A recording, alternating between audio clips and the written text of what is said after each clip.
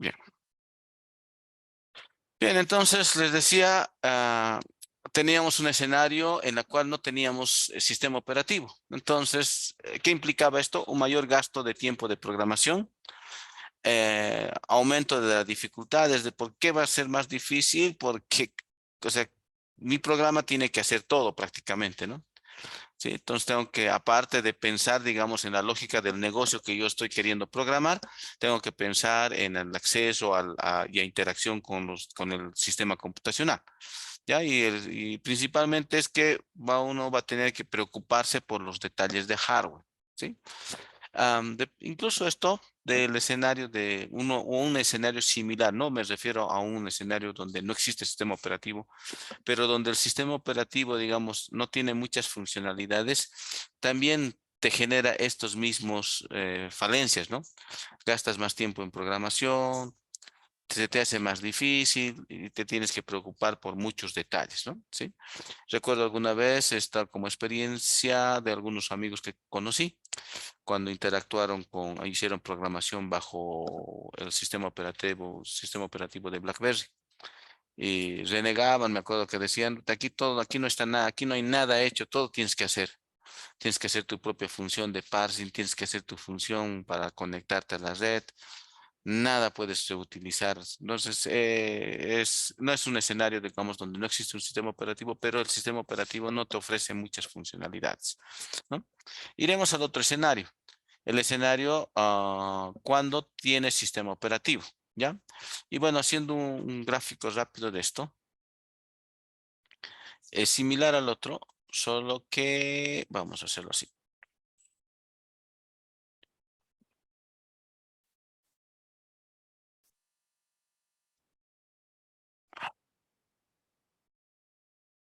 Ya me voy a traer un mouse también para hacer mejores grafiquitos.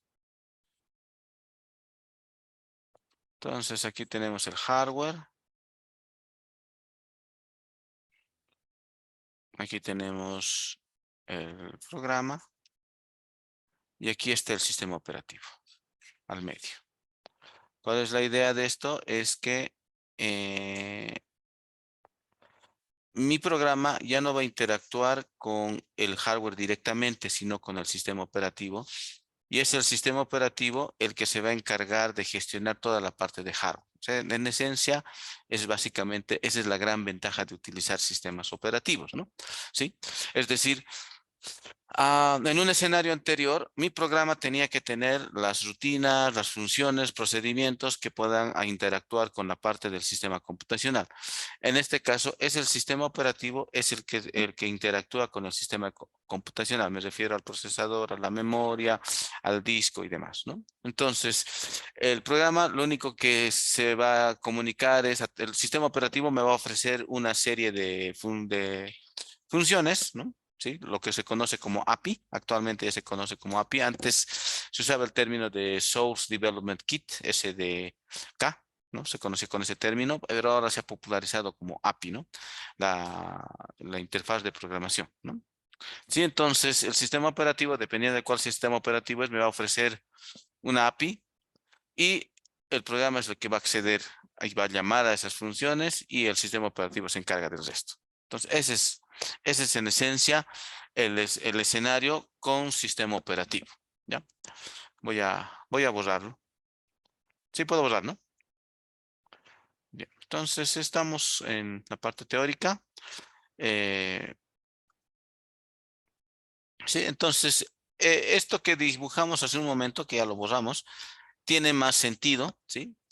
Entonces ya no, ya al tener un intermediario, entonces lo voy a decir otra vez en términos populares y más criollo, el trabajo más difícil lo va a hacer el sistema operativo, ¿no? Solo voy a delegar ese trabajo de acceder al disco, acceder a la memoria, el sistema operativo va a realizar, ¿no? Entonces tiene mucho más sentido tener un intermediario, ¿no? Y no tener que todos interactuar directamente, en este caso, ¿no? Y cuál es la ventaja de tener, otra ventaja de tener el sistema operativo? Es que ya el usuario, me refiero al programador, se va a dedicar directamente a la lógica del negocio, ¿no? Entonces él se va a dedicar a lo que tiene que hacer, ¿no? Entonces, digamos, está escribiendo una aplicación para reservas, ¿no? Digamos, de hoteles, ya, lo que sea. Entonces se va a enfocar en la funcionalidad de reserva de hoteles. Ya no tiene que preocuparse en cómo leer el disco, nada, ¿no? No se tiene que preocupar de eso. El sistema operativo le tiene que ofrecer todas las funciones que le permitan hacer esas tareas. Entonces el programador se va a ocupar netamente en la lógica de negocio, en los problemas que son de alto nivel, que es básicamente lo que está programando, ¿no? Esa es una de esa es la importancia de tener un sistemas operativos. Otro punto a continuación, la definición, ¿ya? Entonces, una definición que vamos a hacer es que es un programa, al final el sistema operativo también es un programa, ¿ya? No es que es otro tipo de aplicación, no, o sea, es otro tipo de ente, ¿no? O entidad, es un programa, ¿ya? O también puede ser un conjunto de programas, dependiendo de cómo esté diseñado el sistema operativo. Puede ser un solo programa o puede ser un conjunto de programas cuya finalidad ser intermediario entre el usuario y el hardware, ¿no? Entonces, va a ser un intermediario, ¿no? Y va a ser un administrador de recursos. Entonces, como una primera definición, podríamos señalar esta, ¿no? Que está escrita ahí en palabras cortas, un programa o conjunto de programas con la finalidad de ser intermediario entre el usuario y el hardware y ser administrador de recursos. La segunda definición, antes de ir un poco a las ventajas, podríamos ponerlo así: conjunto de programas que controla y administra los recursos de la computadora, ¿ya? Entonces, esta es otra definición más corta, un poco más amplia, ¿no? Más que el otro que decía un programa o conjunto de programas cuya finalidad, me está diciendo que es un conjunto de programas que controla y administra los recursos de la computadora, ¿sí? Entonces, en esencia, es lo que dijimos al principio, ¿no? Entonces, primero parto por el sistema computacional. El sistema computacional está formado por un conjunto de partes, ¿no? Lo que conocemos, la computadora tiene un conjunto de elementos ahí dentro, placa madre, memoria y demás. Entonces, el sistema operativo es el programa o programas que va a controlar y administrar todos estos recursos que tiene la computadora o todos estos elementos que tiene el sistema computacional, ¿no? Tiene como objetivo proporcionar servicios eficientemente, ¿sí? Entonces, hay sistemas operativos que te lo van a hacer más fácil, te va a dar servicios que te sean de mayor eficiencia, otros menor, ¿sí? De menor, como van a ser menos eficiente, y tiene que tener el objetivo de hacer accesible los recursos al usuario, ¿no? Entonces, el usuario tendría que, a través del sistema operativo, poder acceder a, a la parte, a los distintos elementos de hardware, ¿no? O sea, me refiero, por ejemplo, si pensamos en un celular, estaríamos hablando del acceso a la cámara, el acceso a la huella dactilar, ¿no? ¿Sí? ¿No? Y si hablamos de PC, tal vez una impresora, tal vez la memoria y demás, ¿no? Ya. Y bueno, si viendo un poquito arriba,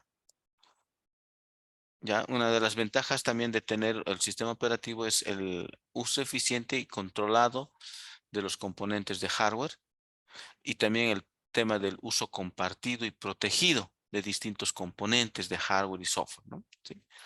Entonces, otras ventajas que tiene el poder tener un intermediario, que en este caso lo vamos a poner al sistema operativo, es que va a controlar, ¿no? De alguna forma el acceso, ¿sí?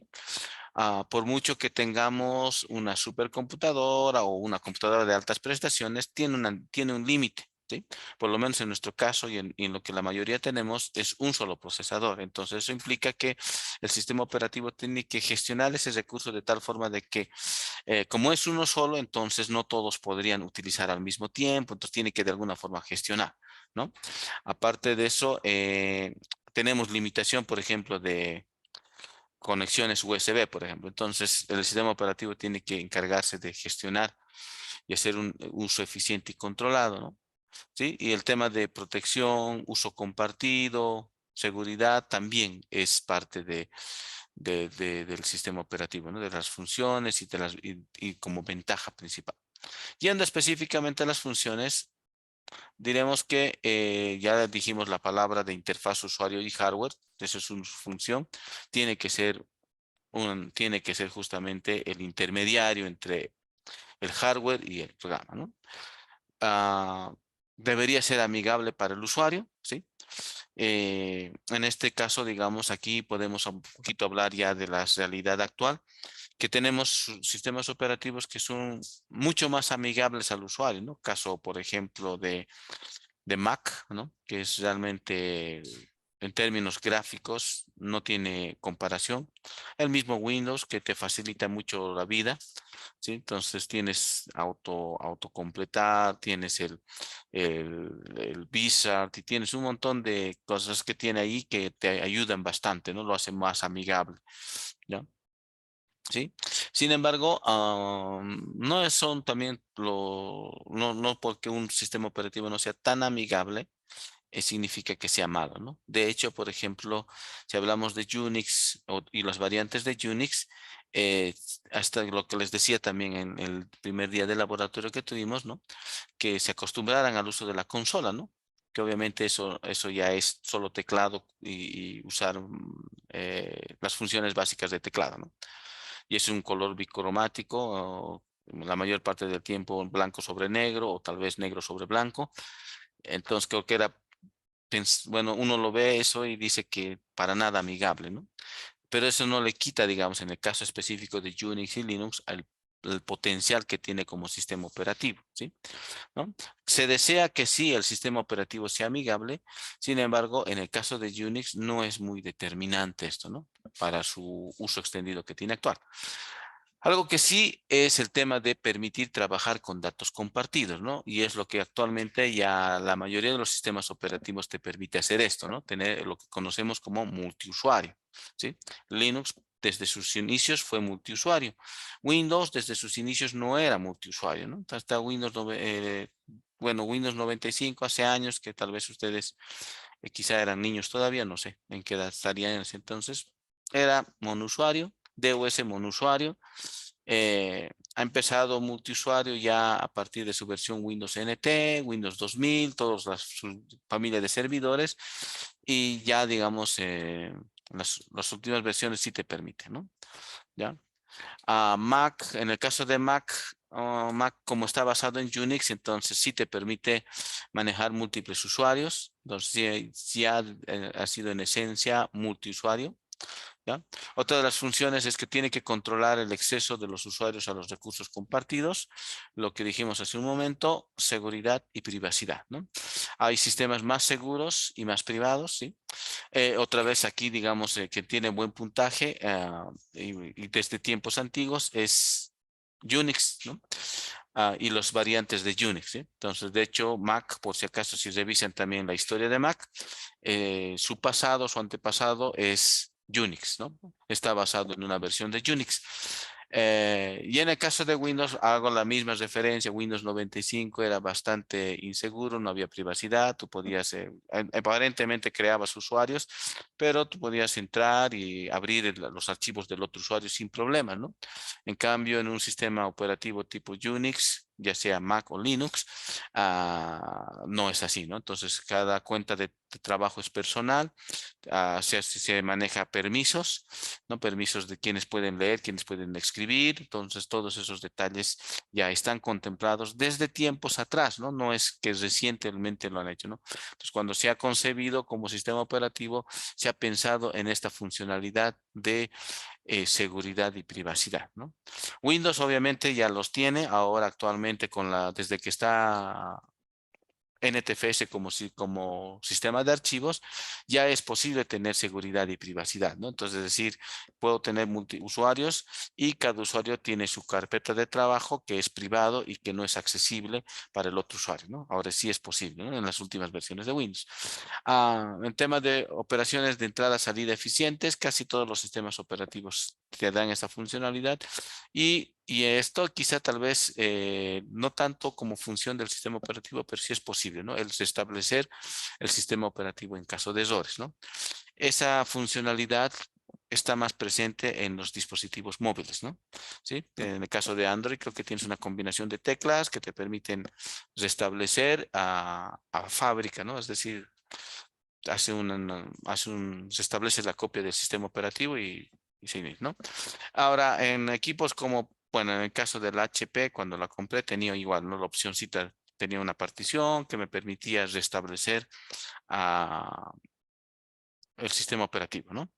Pero no era tanto función, digamos, del sistema operativo como tal, sino más la función que le agregó, digamos, HP, ¿no? En el caso, bueno, no sé de las otras marcas, pero HP, digamos, le ha agregado esa funcionalidad a sus equipos que vende, ¿no? Pero sí se espera también que el sistema operativo tenga la habilidad de restablecerse y de restaurarse en caso de errores, ¿no? Yendo un poquito de las características, hay algunas cosas que ya se van a repetir, como ser administrador de recursos, es el que va a interaccionar con los administradores del sistema, programadores, programas, ¿no? O sea, el sistema operativo no solamente está orientado a programadores, sino también justamente en el caso específico, otra vez vamos a hablar de Unix, y no porque lo quiera hablar, sino porque en cierto modo tiene muchas de estas características, siempre ha sido el sistema operativo en la cual se ha requerido personas que lo manejen, ¿no? Personas que lo administren, ¿sí? No así, digamos, Windows. Windows cuando nació se ha pensado siempre en un sistema operativo para las personas de casa, ¿no? ¿No? Que sea lo más fácil de utilizar. En cambio, en el caso eh, deme un segundito, en el caso, digamos, ¿qué les decía? Oiga, les decía en el caso, digamos, de Windows, no se requiere, digamos, una persona que administre, ¿no? ¿Sí? En el caso de Unix sí, ¿no? Desde sus inicios siempre hubo una persona que se hacía cargo del servidor, ¿no? De la máquina. Entonces el sistema operativo interacciona con esa persona que antes se usaba mucho el término de administrador del sistema, hoy se utiliza el término de IT, ¿no? ¿No? Se usa más ese término. Y obviamente los programadores y obviamente los programas, ¿no? Eso tiene que interactuar con todo eso. ¿Qué más? Bueno, su característica, bueno, siempre tiende a optar a que sea fácil de usar, fácil de administrar. Y en eso, que se lleva, digamos, el premio mayor sería Mac, ¿no? Mac realmente tiene muchas virtudes en el tema de facilidad de uso, facilidad de administración, ¿no? Y le podemos decir que Windows, Linux también, pero si hacemos una comparativa, lo hace un poquito más complicado con relación a, a Mac, ¿no? ¿Sí? O a Windows, ¿sí? ¿Ya? Después, respuesta rápida de los requerimientos de tarea de los usuarios. Aquí ni que se diga. Tradicionalmente siempre Unix ha sido utilizado para trabajos ya de alta prestación, ¿no? En bancos, en instituciones, en compañías grandes, ¿no? Entonces es el sistema operativo por defecto que se utiliza, ¿no? De hecho, en Bolivia, bueno, aunque ahora un poquito ha cambiado, pero hasta hace unos años, todas las cooperativas, todo el sistema cooperativo de Bolivia utilizaba lo que se conoce como SCO, que es un Unix para PC, ¿no? Para las arquitecturas x86. Entonces, todas las cooperativas creo que siguen usando, pero ha habido ligeros cambios, ¿no? Se llama ya me olvidé el nombre de la aplicación, ¿no? Pero todos utilizaban un mismo software. Entonces, todo sobre una máquina de Unix. Entonces, justamente porque funciona, ¿no? Entonces les facilitaba en todas sus tareas, ¿no? Y es poco probable que encuentres, digamos, un banco que esté utilizando Windows para toda la parte de transacciones y demás, ¿no? Entonces, vamos a encontrar mucho en la parte teórica, aunque no crean, muchas bondades, digamos, del lado de Unix, ¿no? Y muchas referencias a Unix también que están en el mismo texto, ¿no? Y bueno, finalmente, reducción de costos de software, ¿no? En el caso, si hablamos de eso, en el caso de Windows, sabemos que todo es propietario y en el caso de Mac también. Y en el caso de Linux, sabemos que muchas de las cosas que te ofrece son de uso libre, ¿no? Software libre y eso también le da una gran ventaja. Bueno, si hablamos un poquito de métricas, podríamos pensar que podemos medir un sistema operativo por su usabilidad, ¿no? Por nivel de productividad, facilidad de administración, soporte al usuario y por la arquitectura, ¿no? En usabilidad, bueno, de hecho aquí entraría todo lo que conocemos como las herramientas gráficas que te puede ofrecer. Ya en la parte de productividad tiene que ver, digamos, su capacidad de estar en funcionamiento durante largos periodos de tiempo, ¿no? Y ahí otra vez, digamos, entra, digamos, lo que es Unix, ¿no? De hecho, desde tiempos antiguos, siempre Unix ha sido pensado para uso intensivo, ¿no? O sea, es decir, lo que decimos en términos populares, 24/7, ¿no? 24 horas, 7 días a la semana, 365 días al año, ¿no? Entonces, y Linux como tal, igual, está orientado a que trabaje de esa manera, ¿no? 24/7 y 365 días al año. Windows, la serie de servidores, sí, pero las PCs como tal que tenemos bueno, los que tenemos en casa no están tanto orientadas a eso, ¿no? Es más para un trabajo rutinario durante mi jornada laboral, después se apaga y demás, ¿no? No es eso. En el tema de administración, sí, ahí podemos ver que en el caso de Mac te ofrece muy buenas herramientas, Windows lo propio, y en el caso de Linux todavía tiene la tendencia de usar mucha de la parte de administración desde la consola, ¿no?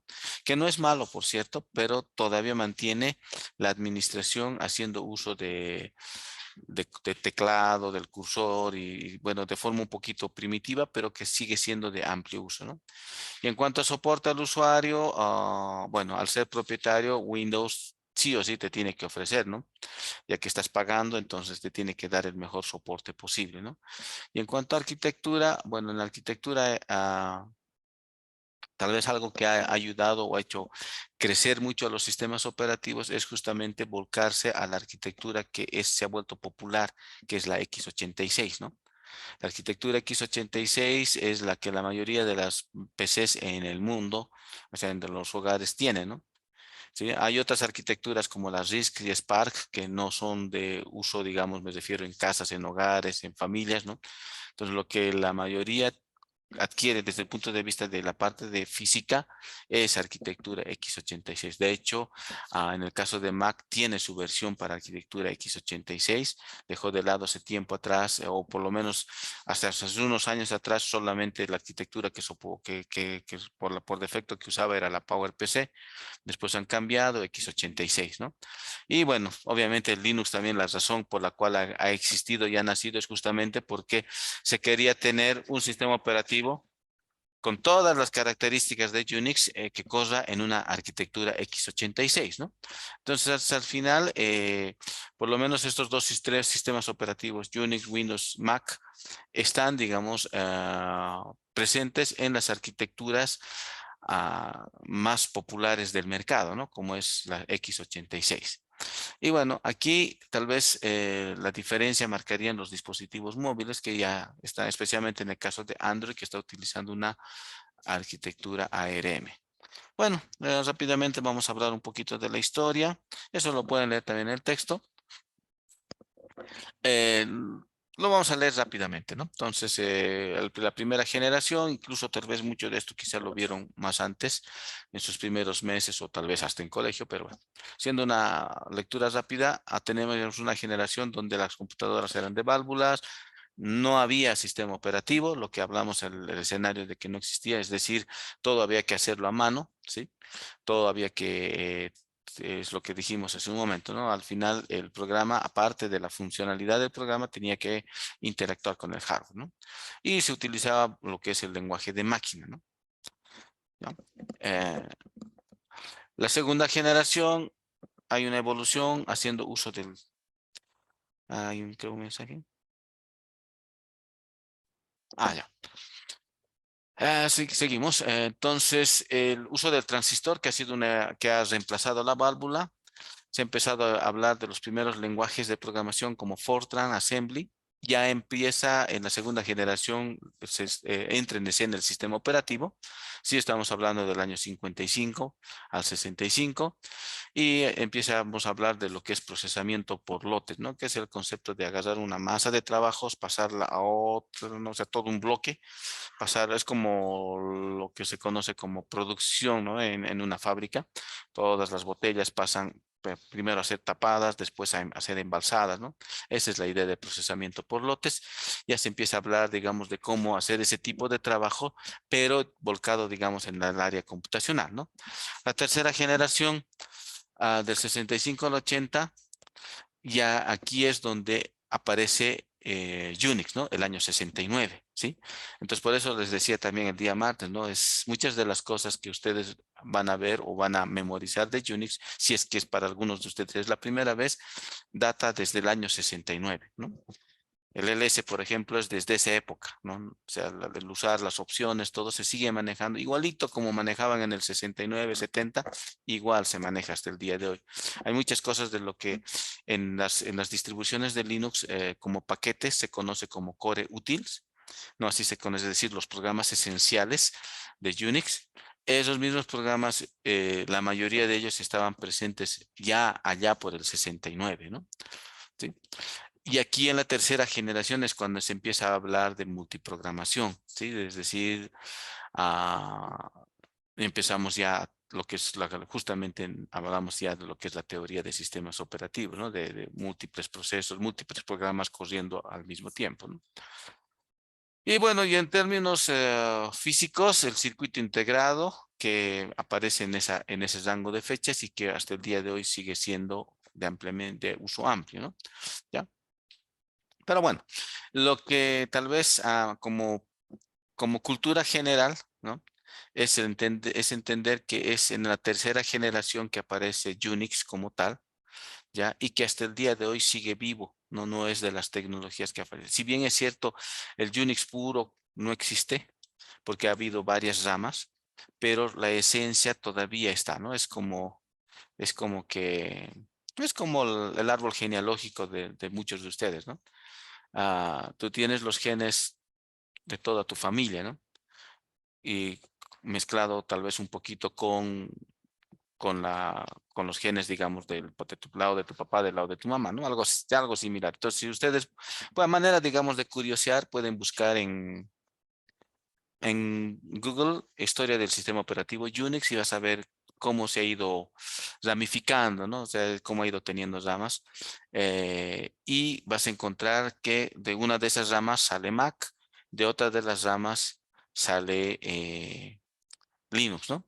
Y también las otras sistemas operativos que Unix, que son todavía de amplio uso actualmente, como HP UX, que es el Unix de HP, el SCO Unix, que les comenté que por muchos años se ha usado en toda Bolivia, el Solaris, todavía sigue siendo, aunque menor, pero sigue siendo de amplio uso, y que son, digamos, las versiones de Unix más populares del mercado a nivel global, ¿no?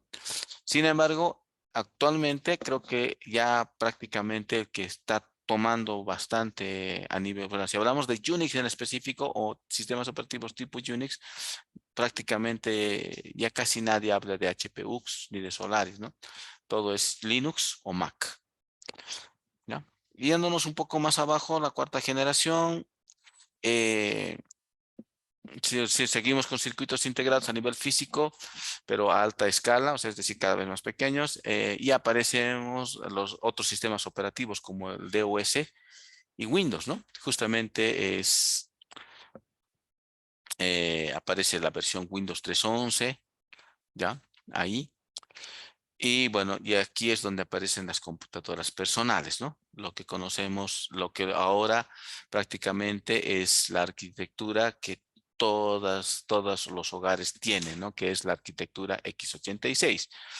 No, no estoy desmereciendo a AMD, ¿ya? Pero en esencia, lo que más tiene y lo que incluso en lo personal, no soy muy fanático de AMD, gusto personal, ¿no? No estoy hablando de términos técnicos, pero yo siempre he preferido, desde que tuve la posibilidad de comprar una computadora, siempre me he inclinado por x86, ¿no? ¿Sí? por distintas razones. Bien, aquí digamos, tal vez un poquito contarles algunas curiosidades que hubo en esta cuarta generación, ¿ya? Es, a ver, es como, digamos, nació Windows, digo Microsoft, por ejemplo, ¿no? En realidad, Microsoft se dice que prácticamente no han inventado nada, en esencia, porque al final la base por donde ha empezado, que es el DOS, lo ha comprado, no lo han hecho ellos, ¿no? Lo han comprado. Y cómo dice la historia, y como han debido ver también en algunas fotos antiguas, ¿no? Digamos, Unix siempre ha sido un sistema operativo de las grandes compañías, las grandes universidades, gobiernos y demás, ¿no? No, por el costo y por el precio, o sea, no podía acceder, digamos, una familia, digamos, se me refiero a un hogar, no podía tener Unix en casa, ¿no? De hecho, no, eso no es ni pensar. Solamente estaba presente en bancos, gobiernos y demás, ¿no? En Bolivia, hasta donde yo sé, es en Catavi, donde sí había, creo, una máquina Unix, porque tengo entendido que ahí, bueno, no es que tengo entendido, sino es porque, bueno, yo trabajé unos 2 añitos allá en Portlayagua y ahí me contaron y ahí me enteré también de que allí funcionó el primer sistema de planilla de pagos de Bolivia, que se instaló en Bolivia, ¿no? O sea, el primerito que se instaló en Bolivia funcionó allá y hace años atrás y era de IBM. IBM era Unix, ¿no? Entonces, y bueno, en sus años prácticamente que maneja el motor de la economía en Bolivia era todo lo que era el sector de las minas, ¿no? Así que, en resumen, ¿no? O sea, Unix era de los grandes negocios, las grandes compañías, ¿no? Y es ahí, digamos, donde hubo un poquito de desprecio o de poca importancia que se le dio a los hogares, ¿no? ¿Sí? Y eso lo pueden buscar también en internet y encontrar, ¿no? Eh, Nadie le dio importancia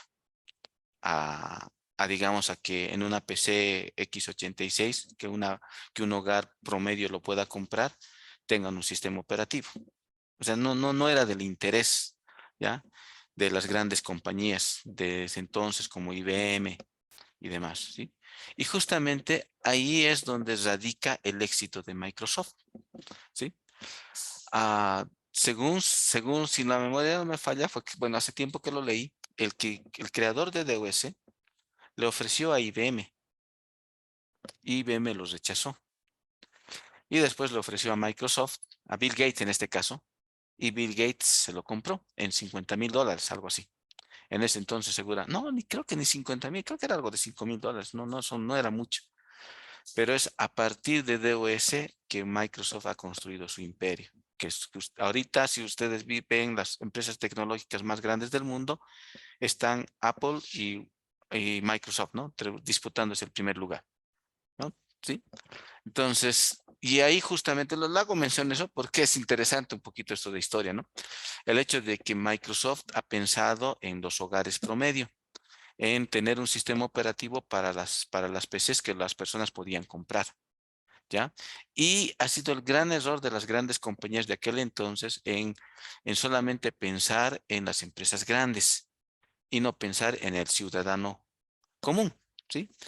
Y es en esta cuarta generación donde cuando han aparecido las computadoras personales, Microsoft ha entrado y ya ha sacado, digamos, su primera, bueno, no lo compró, no lo hicieron ellos, DOS, y después a partir de DOS salió lo que es el sistema de ventanas de Windows, ¿no? Sí, que por cierto tampoco ellos lo crearon porque hay un documental que se llama ah, Pira- ah, ¿cómo se llama? Piratas del Silicon Valley. Lo pueden buscar en YouTube también. Lo pueden, ¿no? Se llama así, Piratas del Silicon Valley. Y se van a dar cuenta que prácticamente ni siquiera Apple ha inventado muchas cosas. Por ejemplo, el mouse ha sido inventado por Xerox.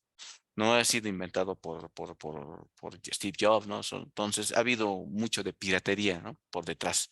Es interesante, ¿no? Entonces, pero bueno, el punto es de que en esta generación es donde ha aprovechado ese desprecio y ese qué me importa la gente común que de las grandes empresas, y Microsoft entra en escena y es el imperio que hoy conocemos, ¿no? Pues pirateando, como quieran llamarlo, ha sacado su Windows 3.11, que ha sido uno de los sistemas operativos que ha sido revolución para Microsoft en su momento, ya Windows 3.11, y después de Windows 3.11 ha saltado lo que es el Windows 95, y en Windows 95 se hizo millonario, así básicamente, ¿no? Porque fue el sistema operativo que más se ha instalado en todo el mundo, ¿no? Y así llegamos a 1990, al 99, ya donde empieza a aparecer lo que es el Internet, ¿ya?